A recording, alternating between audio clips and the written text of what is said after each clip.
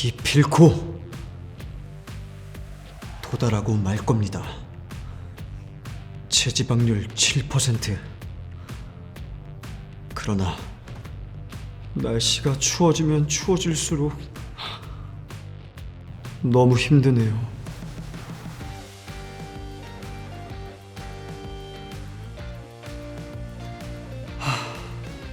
이번에도 실패구나.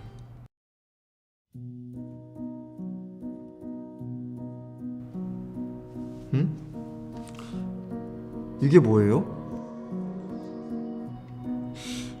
우리의 선택은 무엇에 의해 좌지우지 되는가? 겨울입니다. 타오르던 다이어트에 대한 열정도 사르르 녹아드는 계절이죠. 저는 날씨의 변화에 따라 변덕이 꽤 심한 편입니다. 좋은 날씨에는 한없이 즐겁고요. 비 오는 날엔 한없이 슬퍼집니다.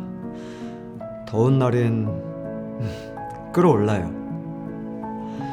혹시 여러분들도 저와 비슷하지 않으신가요? 주변 환경이 변함에 따라 심리도 변하고 변화된 심리가 일상의 다양한 부분들에 크고 작은 영향을 미치고 있지는 않으신가요?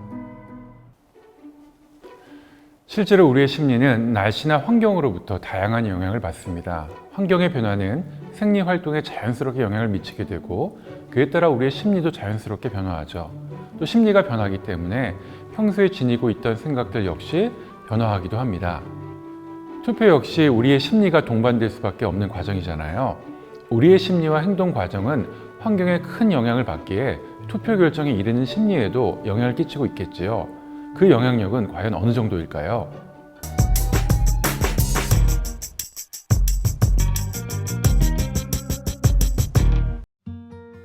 실제로 브래드 고메즈 플로리다 주립대 교수는 날씨와 선거의 상관관계를 파악하기 위해 1948년부터 2000년 사이에 치러진 14차례 미국 대선을 분석했다고 합니다.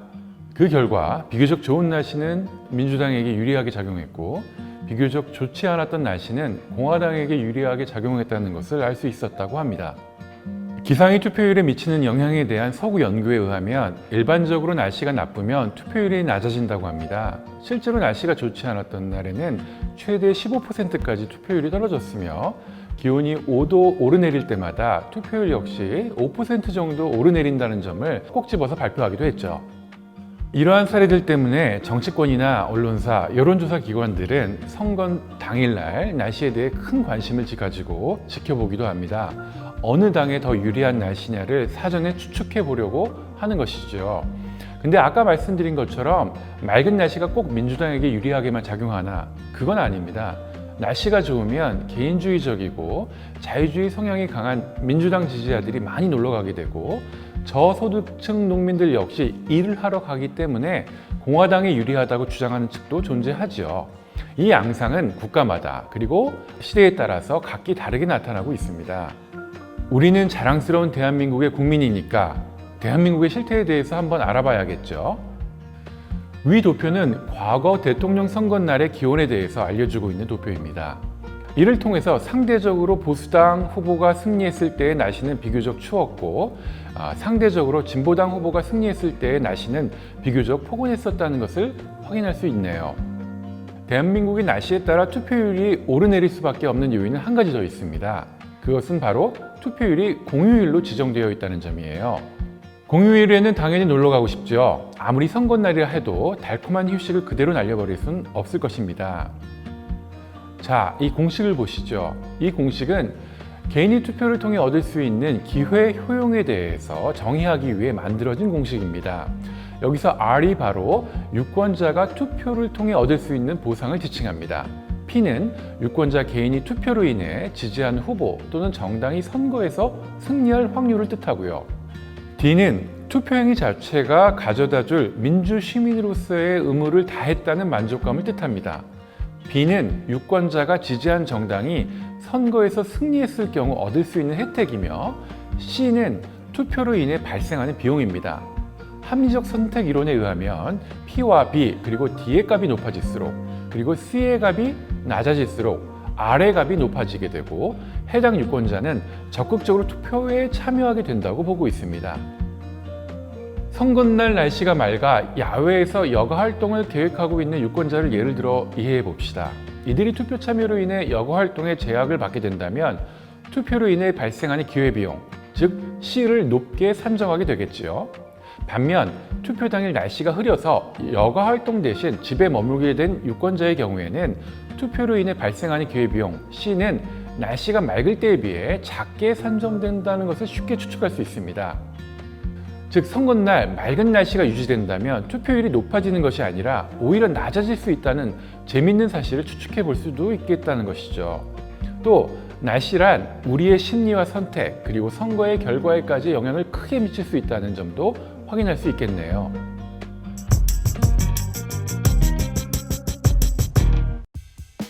우리의 선택은 정말 다양한 요소들로부터 영향을 받는 것 같아요. 이성과의 만남, 새벽에 듣는 감성 라디오, 그리고 취업 면접 등에서 가만 생각해보면 목소리라는 것도 우리 삶에서 꽤나 중요한 위치에 있다는 생각이 드는데요. 선거에서도 목소리란 아주 중요한 요소로서 존재합니다. 재미있는 이론 하나 살펴볼게요. 바로 목소리의 중요도를 이야기해주는 메라비언의 규칙인데요. UCLA 엘버트 메라비언은 자신의 저서에 이런 주장을 했습니다. 메시지를 전달할 때는 목소리가 38%, 표정과 태도로 이루어지는 바디랭귀지가 55%, 말하는 내용은 고작 7%에 불과하다. 뭔가 이상하죠? 저 주장대로라면 메시지의 내용보다도 목소리가 더 중요하게 느껴지는데요. 이 의문을 풀기 위해 한 가지 이야기를 해보겠습니다. 2004년 이탈리아 우파 정치인 움베르토는 평소 강인하고 강압적인 정치인이라는 약간은 부정적인 이미지를 지니고 있었는데요. 뇌졸중을 겪게 되면서 성대 근육의 손상이가 목소리에 힘마저 빠져버렸다고 합니다. 하지만 놀라운 것은 그 이후에 대중들의 선호도가 올라갔다는 것인데요. 그 이유는 바로 대중들이 그의 쇠약해진 목소리에서 인자함과 따뜻함을 느꼈기 때문이죠. 미국 캘리포니아 대학교 로스앤젤레스 캠퍼스 연구팀은 이 현상의 원인을 목소리의 진동수 때문이라고 주장했습니다. 연설자가 낮은 진동수와 넓은 음높이의 범위 안에서 목소리를 내게 되면 지배적이고 위협적으로 인식되는 반면 높은 진동수와 좁은 음높이 내에서 말을 하게 되면 다정다감하게 느낄 수 있다고 하면서요. 이렇게 우리의 목소리는 이미지를 결정해버리기도 합니다. 유권자들은 목소리를 통해 자신들이 선호하는 리더의 이미지와 특성을 찾기도 하죠. 선호하는 강조점은 국가마다 약간씩의 차이는 있지만요. 예를 들어 이탈리아 사람들은 강인한 리더십을 원하기에 비교적 낮은 목소리를 선호하고 프랑스 사람들은 국민의 요구를 충족시켜주는 사람을 원하기에 비교적 높은 톤의 후보자를 선호한다고 합니다. 이렇듯 목소리라는 것은 선택 심리에 상당 부분 영향을 미치고 있다는 것이 확인되었습니다. 자, 여기 또 목소리에 관한 흥미로운 연구 결과가 있습니다. 바로 우리의 목소리와 성공의 여부에는 상관관계가 있을까를 추측해본 연구인데요. 미국 두쿠대와 캘리포니아 주립대 샌디에고 경영대학원의 공동 연구진은 상장기업 남성 CEO 792명의 목소리와 그들이 벌어들이는 보수의 상관관계를 그들이 발표하는 프레젠테이션의 목소리 주파수 측정을 통해 결과를 분석해 보았다고 합니다. 그 결과 놀랍게도 주파수가 낮은 저음의 목소리를 내는 CEO가 높은 목소리를 내는 CEO에 비해서 무려 약 19만 달러나 더 많은 보수를 얻고 있는 것을 확인할 수 있었다고 합니다. 어떤 목소리냐에 따라 성공 확률 또한 오르락내리락 할 수 있다는 점을 재미있게 추측해 볼 수 있었네요.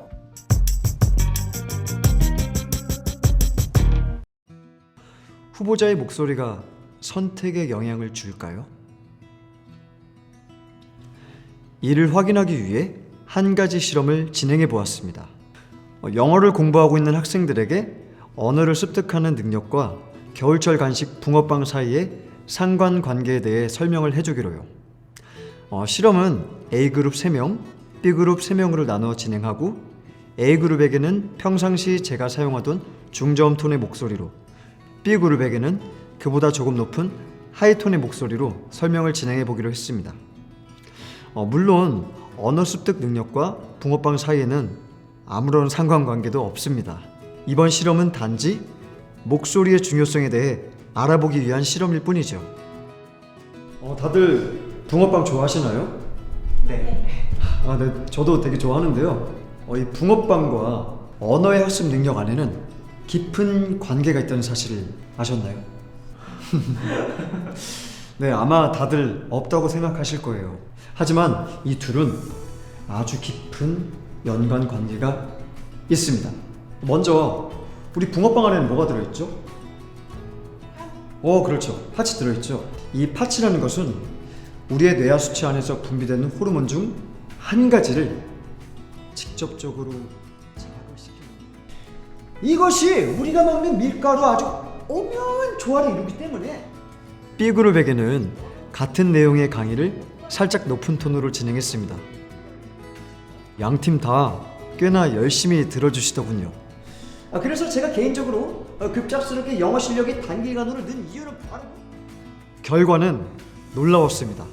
출구 설문조사 결과 A그룹은 앞으로 붕어빵을 섭취하며 공부할 계획이다에 전원 체크를 해주셨고, B그룹은 잘 모르겠다에 전원 체크를 해주셨죠. 맞는 말인 것 같아요. 우리가 가지고 있는 호르몬? 이런 것들이 그 팥이랑 밀가루랑 합쳐진다는 거? 그리고 강연자분이 굉장히 또 영어를 잘하시더라고요. 그런 거랑 또 어릴 적 가난했던 시절에 먹었던 붕어빵이 그 자기가 영어를 터득하는 데 큰 기여를 했다는 점? 이런 전반적인 것들이 굉장히 설득력이 있었어요. 뭐 기계라도 사서 구워 먹어야죠. 솔직히 이해가 잘 안 돼요. 저게 진짠가? 글쎄요. 네, 안 먹을 것 같아요. 그냥 되게 안 믿겨져서 그냥 이쪽으로 들리고 이쪽으로 빠지는 그런 느낌? 네. B그룹 중 한 분은 끝내 붕어빵을 먹지 않겠다는 의사를 강력히 표시하고 떠났습니다. 붕어빵과 언어 능력의 상관관계에 대해서는 저도 잘 모릅니다. 하지만 하나 확실한 것은 제가 목소리를 높였을 때는 아무도 믿지 않던 정보가 낮은 톤으로 전달되자 누군가를 설득할 수 있었다는 사실입니다.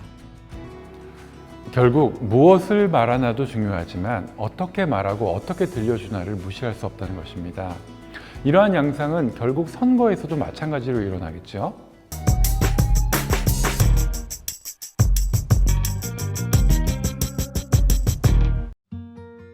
우리는 자신이 원하고 의미 있다고 느끼는 정보만을 효과적으로 취득할 수 있는 감각 기능을 가지고 있습니다. 이를 설명하기 위해 칵테일 파티 효과에 대해 간략히 설명해 드릴게요. 시끄러운 파티장에서 대화해 보셨나요?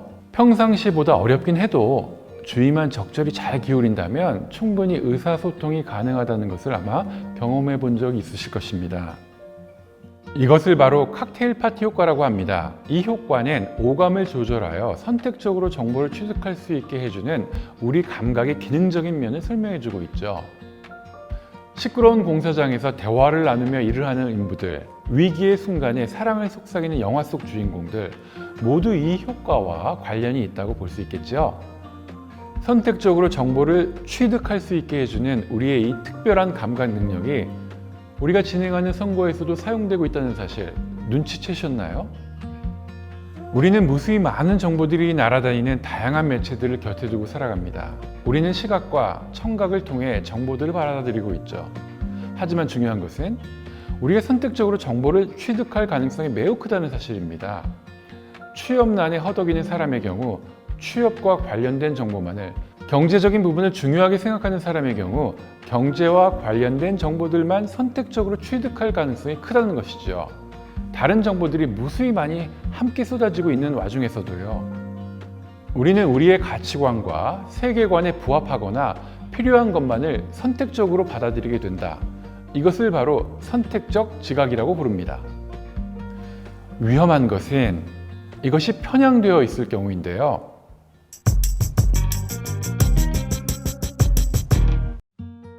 변호사들이 재판에서 승소하기 위해 사실 여부와 관계없는 유도신문을 통해서 상대에 대한 부정적인 시선을 끌어내다가 판사로부터 제지되는 상황을 본 적이 있으신가요? 이들은 왜 제지를 받으면서까지 이러한 행동들을 지속하는 걸까요? 그 이유는 바로 판사로부터 편향을 유도해내기 위해서입니다. 우리에게 한 번 들어온 정보들은 쉽게 사라지지 않습니다.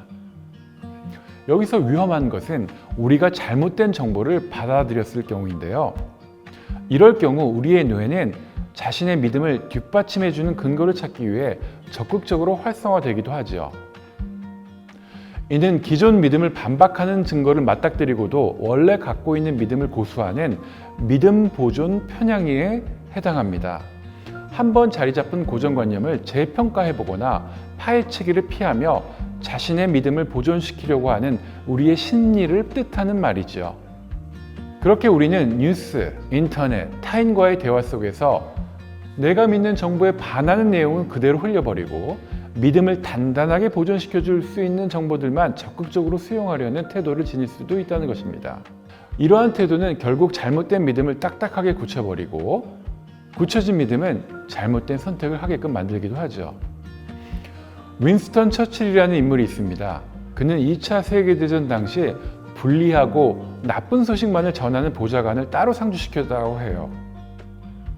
그 이유는 바로 모든 것을 긍정적으로 바라보려고 하는 자신의 편향적 시선을 스스로 경계하고 교정하기 위해서였죠. 그렇게 그는 2차 세계대전을 승리로 이끌었습니다. 우리는 계속해서 주의를 기울여야만 합니다. 나에게 제공되는 수많은 정보들, 우리를 둘러싸고 있는 크고 작은 환경들, 나와 대화를 나누는 다양한 타인들, 그리고 편향될 수 있는 우리 스스로부터요. 어떤 것이 우리의 선택 심리를 좌지우지해버릴지 눈치채기란 매우 힘듭니다. 그것은 날씨일 수도 있고요. 후보자의 목소리일 수도 있고요. 우리도 모르게 편향되기 시작한 우리의 사고일 수도 있는데 말입니다. 우리 스스로가 합리적인 선택을 할 수 있는 유권자로 나아가기 위해서는 우리 스스로 편향에 빠지지 않도록 신중하게 사고하고 비슷한 생각을 가진 사람들끼리 모여 편향된 환경에 고립되지 않기 위해 다양한 의견과 사고에 비록 자신의 기존 믿음과 충돌하더라도 열린 마음으로 주의 깊게 들여다보고 따져봐야 합니다. 대한민국의 앞날을 결정하는 선택하는 데 있어서 우리가 더 신중하고 열린 태도를 갖게 된다면 그렇지 않을 때보다 더 나은 선택을 하게 될 것이고 결과적으로 대한민국의 앞날이 더 밝아질 것이라고 저는 믿습니다.